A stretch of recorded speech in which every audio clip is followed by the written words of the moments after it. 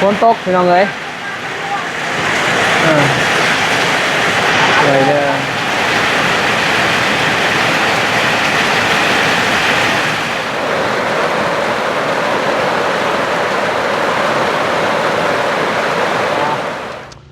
อมันยีดฝุ่นงาออกมาแล้วนี่เด้อเบาเตียงเด้องามแล้วงามแล้ว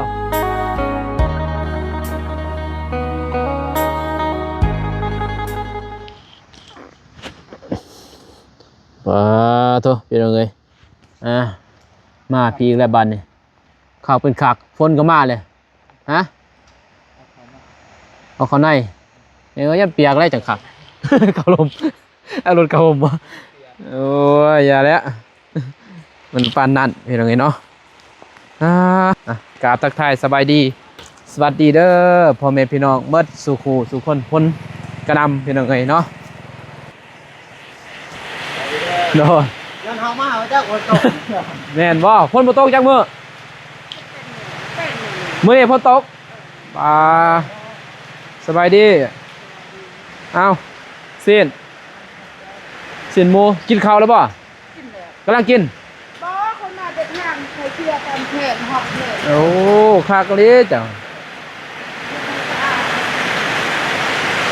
โอ้อ๋อ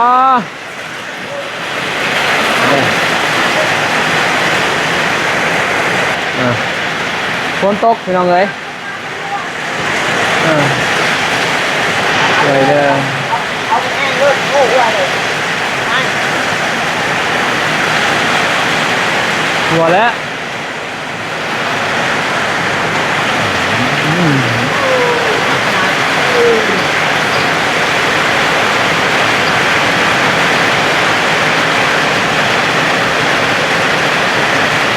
งามเลย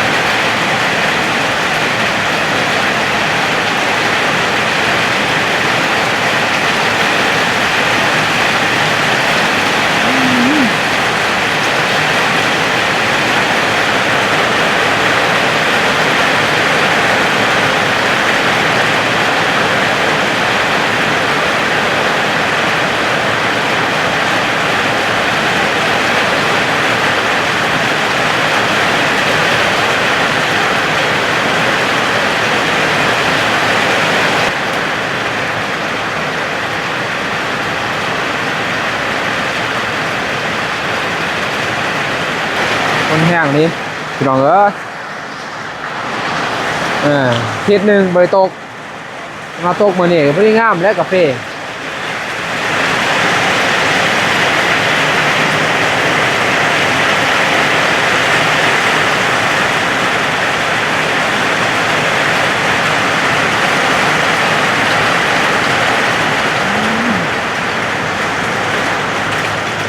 โอ้โบเมื่อแลนไหวแท้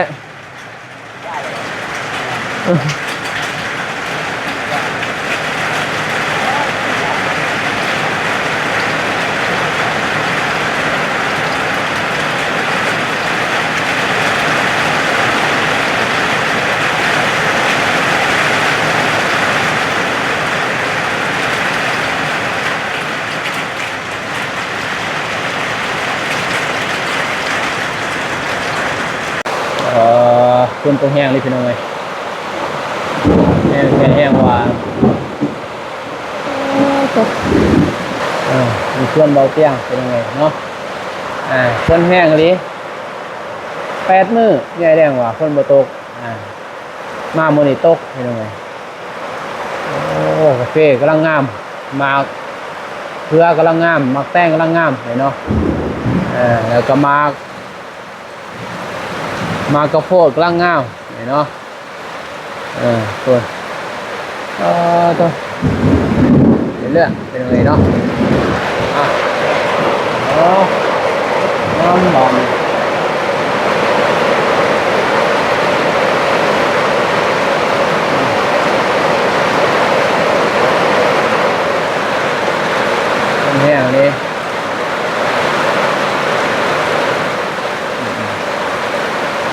กาแฟ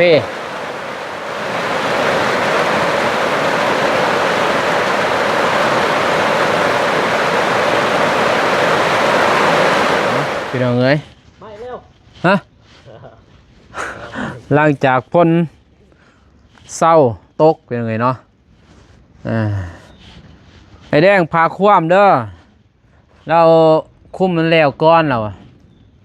จังราซิมาเราอะ หอดยูหรอ กินฮอดอยูเราอะนะเราพาคว่ เจ้าก็พาขึ้นดิ ำยินบ่ พาบอกก็ไม่ติ้งมาติด เราว่าพากบอกเอื้อยเด้อเพิ่นว่าเอื้อยเจ้าแน่เพิ่นว่าถ้าจะไปหั่นขอมื้อนี้แหล้วไปสิขึ้นไปพากเพิ่นแน่เพิ่นว่าเพิ่นว่าบ่ได้มาเพิ่นว่าเพิ่นสิคุมมันแล้วเลยเพิ่นว่าฮะ เดือนหนึ่งประมาณเดือนหนึ่ง บ่ถึงเดือนดอกเราว่าประมาณอาทิตย์2อาทิตย์นี่แหละ สองหลัง เมื่อ2ลังนั่นแหละลังเฮือนครัวกับเฮือนน้องพินนั่นแหละแล้วจังมาแล้วบ่ โดย เพราะว่าเพิ่นก็นอนกับพี่น้องเพิ่นไปเนาะไปหาสำรวจกวดกาจากฝนตกฝนลิ่นโอ้ เอาไว้ยังต้องเก็บให้เอาบ่ ใส่ คันนี้เอาเลยไปเก็บให้ ไปเก็บเอาแล้วเว้ยแห้งจะกินยอมนี่แต่ขอยก็ยังไปหาซื้อเอามันบ่มีมากนะงามมะลิกับพุ่มกาแฟนี่ฮะ มาห้ากระโปด จะเบิ่งนี่ยังบ่ทันแน่นเนาะดินกันเนาะ นี่ เฮ็ดปวกฮะว้านี่เฮ็ดปวกกับพี่น้องเอ้ยนี่ไอ้แดงบ่เห็นดอกนี่ก็เบิ่งกำลังออกเดือน8พูนเฮ็ดปวกเนาะเต็มแล้วจักแค่นี้เนาะ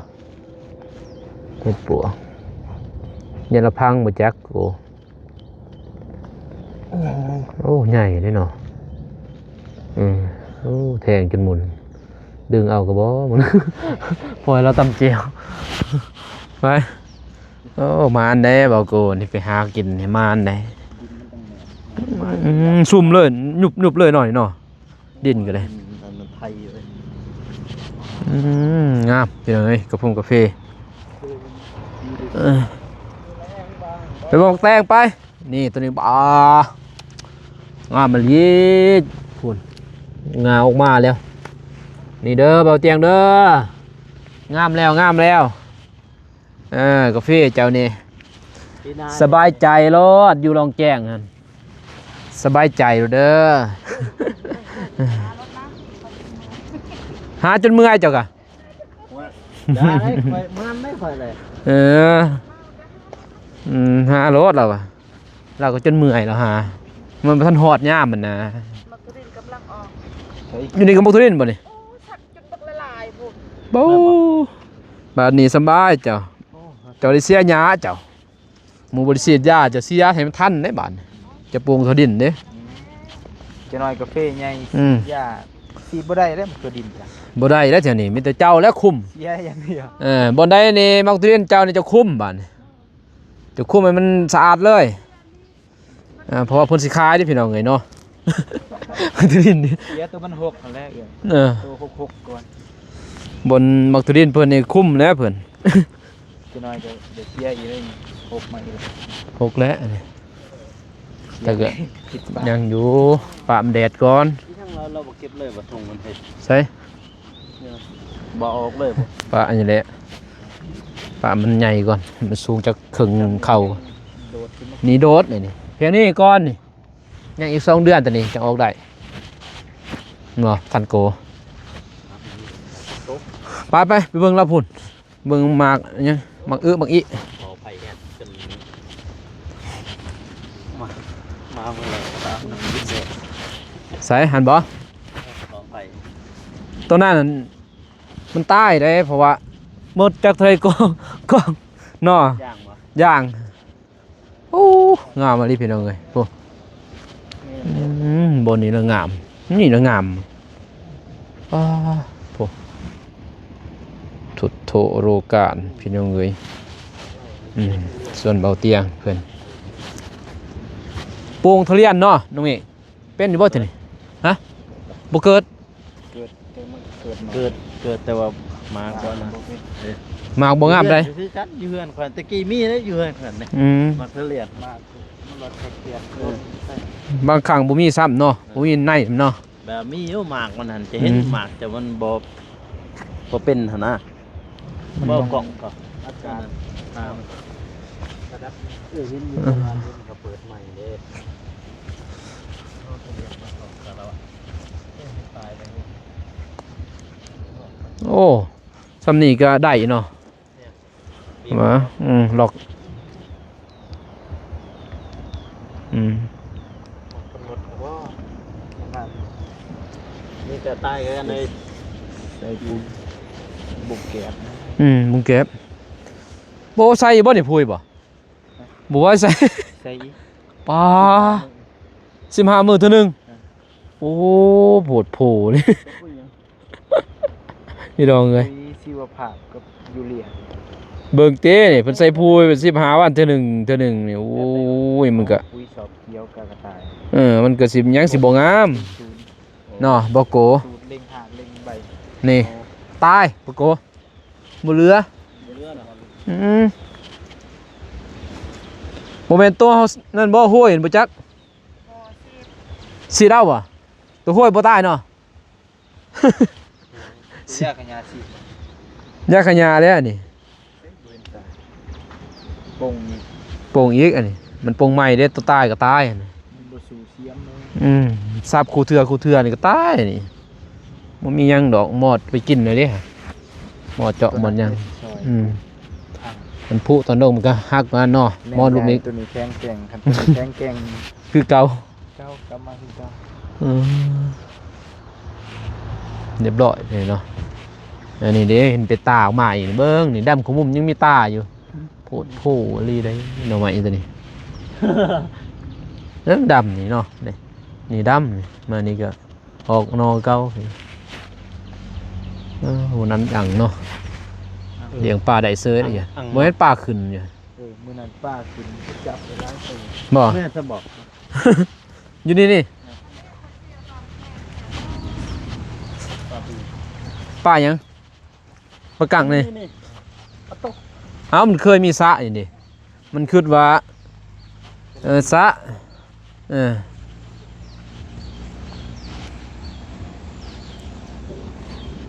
แต่ละปีเคยกินนี่ป่ะเคยขึ้นเนาะเคยขึ้นเคยปีนเคยเลาะหนูมีมันเฮาบ่ขาเด้เพิ่นก็บ่ให้เฮาเห็นเลยว่าตอนแห้งงามนี่เนาะกาแฟตอนนั้น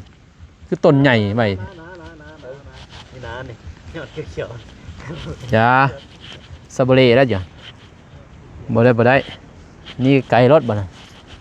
ระเบิดเข้าเด้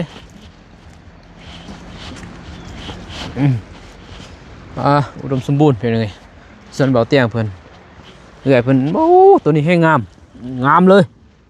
ปะโตคักโอ้ยมันมีตัวงามตัวบ่งามเห็นเนาะ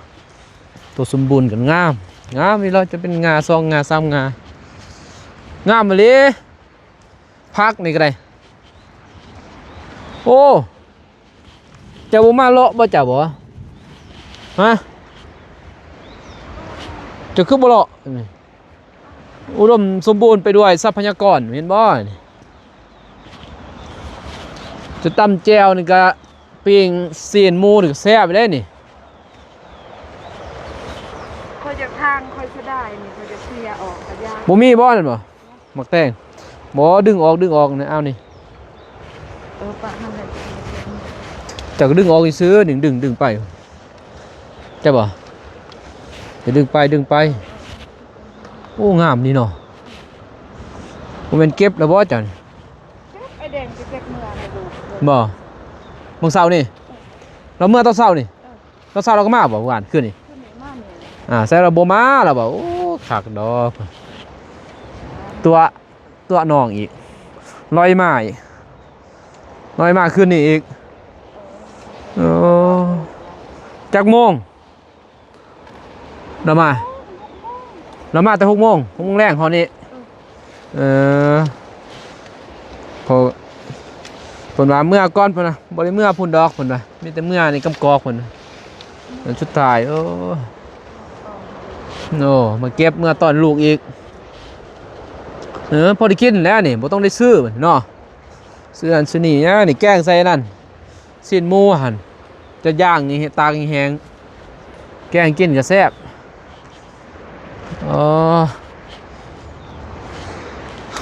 มากไปหน่อยทีแต่ตัวนี้บ่เป็นตากินแล้วลงพื้นบ่เป็นตาแล้วยอมนะลงพื้นแล้วเป็นแล้วมันอยู่เทิงนี่เป็นอยู่ตัวนี้งามเฮ้ยเบอร์นี้มีแต่งามนี่โอ้ตัวนี่อันนี้งามใส่พูย2 เถื่อได้เดือนหนึ่งเลยเนาะเดือนหนึ่ง2 เถื่อมันก็งามเลยโอ้2 เท่าส่วนเบาโหน่งปลูกน้ำบางเพิ่นเนาะเดือนนี้งามเลยตัวฝนตกกำลังตกเนาะฝนกำลังตกนี่เด้อเป็นแถวตอนนี้เด้อบ่าวนุ่งสีไทยซาพ่อแม่พี่น้องเบิ่งส่วนบ่าวเตียงโอ้ความงามพี่น้องเอ้ยนี่เป็นแถวตัวมันงามกาแฟเราใหญ่ไว้ลีพี่น้องเอ้ยเนาะนี่บ่าวเตียงเขามาเบิ่งกันนี่เด้อกาแฟเจ้าสุดยอดเลยถ้า2 เดือนตอนนี้บ่มานี่ก็โอ้มีเว้าเป็นยังไงเนาะงามบ่ตายแล้วซ้ำนี่ไปเนาะกาแฟซ้ำนี่แล้วบ่ตายแหละ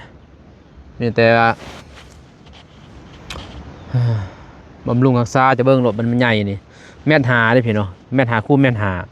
บามันขึ้นนี่ท่วมเลยบ่เป็นหนยางเห็นเนาะแม่นหาคุณแม่นหานี่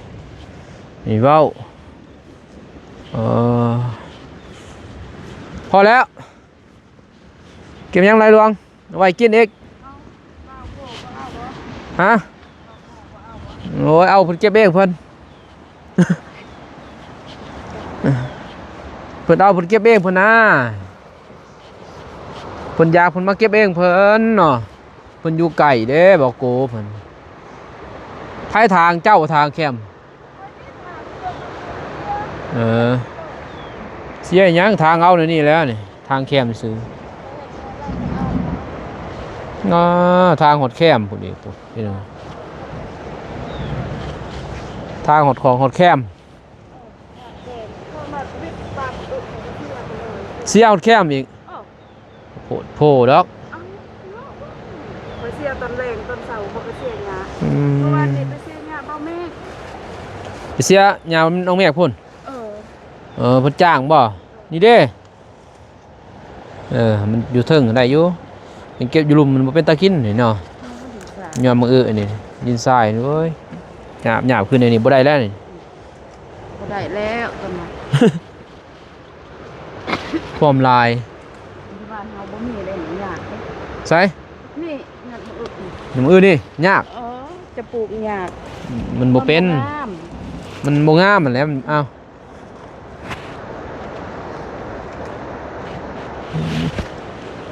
มันสิกินพี่น้องเนาะโอ้มาตะเว้นนี่ผู้ดีงามเด้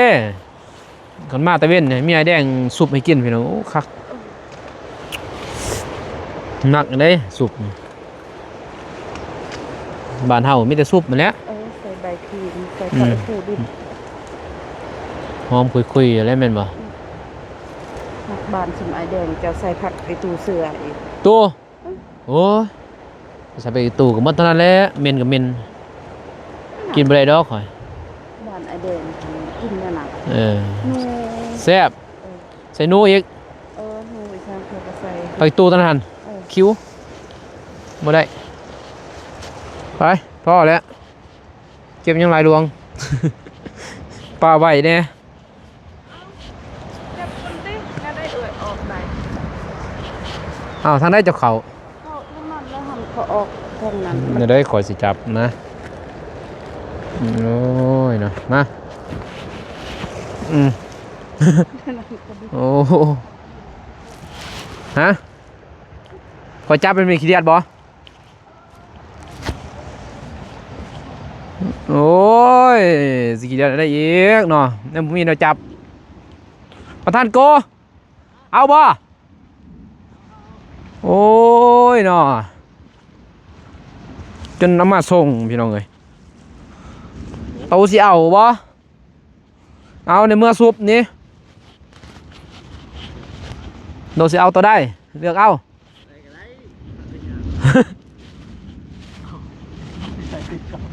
ฮะโอ้ม่วงมาถีบกล่องเฮากันเลยกล่องเฮาก็จะม่วงมาถีบจะบ่เห็นหน้าไผจับแต่ยอมมืออึ บ่จับหน้าคนโอ้ขอบใจเด้อ ไอ้แดงขอใจเมียไอ้แดงหมดแล้วระบุปลาพาดงไปจับได้ป่ะเนี่ย ไป เออ เพื่อนนี่ ใส่ นี่ มีบ่เขือบ่มีดอกไป โล ไปเบิกสวนบ่ พี่น้องเออเล็งเอายกล้อได้เมียตกทางหลังเลยเราจะแนมทั้งโอ้ยคักพี่น้องเนาะโอ้ตัวนี้เป็นห้องเลยเด้ตรงนี้ลายเถื่อนี่เพิ่นมันปีนี่โอ้ห้องใหญ่เต๋อเป็นห้องเลยอย่างนี้ใส่นั่นดิโก พูด จะป้ายใส่อยู่หินโอ้ยถือให้เราก็บ่ อ๋อพูดมอเสียงเถื่อน บ่พอเราสิได้ตำแจ่วแซ่บอยู่นี่แหละเสียกับซัมโบเสียตัวนี้มันบ่ได้หอบเด้ เชื่อแล้วก็เพิ่นตกบ่หมดเลย อืม บ่เหลือดอก บ่เรือดอกฝนตกฝนลินพี่น้องเอ้ ไป ย ย้อนมังไปแกล้งคนแรกนี่ บ่ลุบนะบ่โกนี่มานี่ มาในบ่ลุบเนาะ เออ มา เว้า โลด เมาแล้วมาบ่เนี่ยเจ้าบ่ มาแล้วก็มาแล้วนะ อืม มานี่ อยู่จะอยู่หลายเฮือนน่ะเนาะพี่น้องเอ้ย เบิ่ง บ่แม่นเว้านุ่งบ่ส่วนเด้อพี่น้อง ทางพุ่นบ่ตุกพุ่นทางปักเสพุ่นบ่ตุก ทีมงานส่วนเพิ่นมาตลอดนั่นแหละไปนำกัน ตลอดพี่น้องเอ้ย แต่เพิ่นบ่ไปซื้อ แม่นทางบ่ไปซื่อ มีแต่เสร็จนะมื้อนี้อ้ายไปไสเงียบกิ๊บ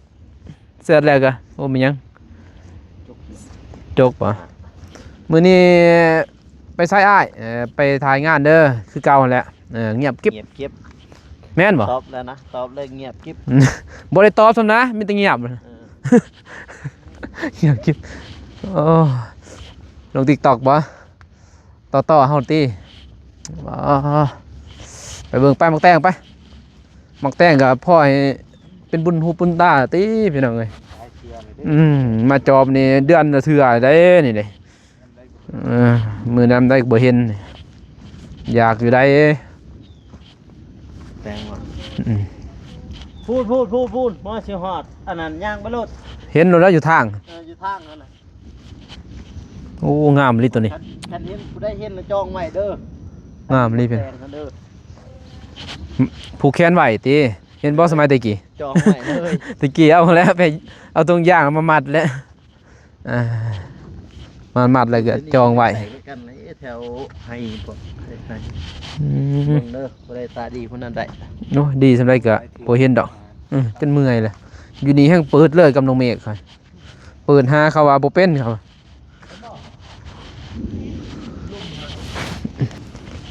เบิ่งนี่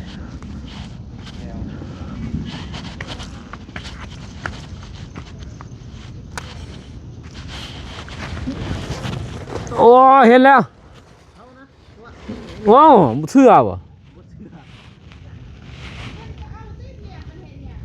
บ่มันน้อย ใช่ นี่ โอ้พระเจ้า หน่วยหนึงนี่ บ่เห็นเฮ้ย มัดไว้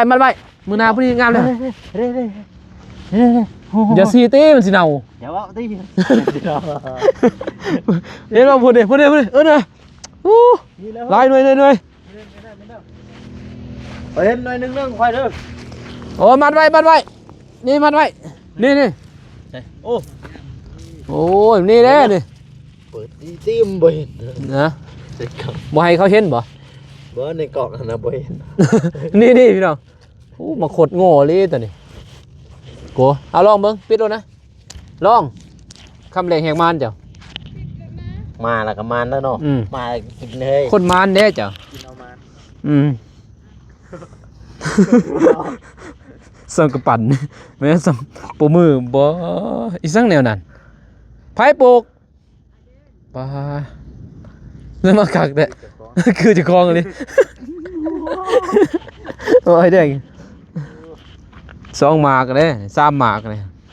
เบิ่งมือทางนะฮะ อ้าวจอยซ่านี่ก็แม่นนี่นี่ บ่ตัวนั้นบ่ หึ เอาไหม มันไม่รู้แม่ปามใหญ่ ลองมึงทางนี้ยังก็ บ่ได้แซ่บได้นี่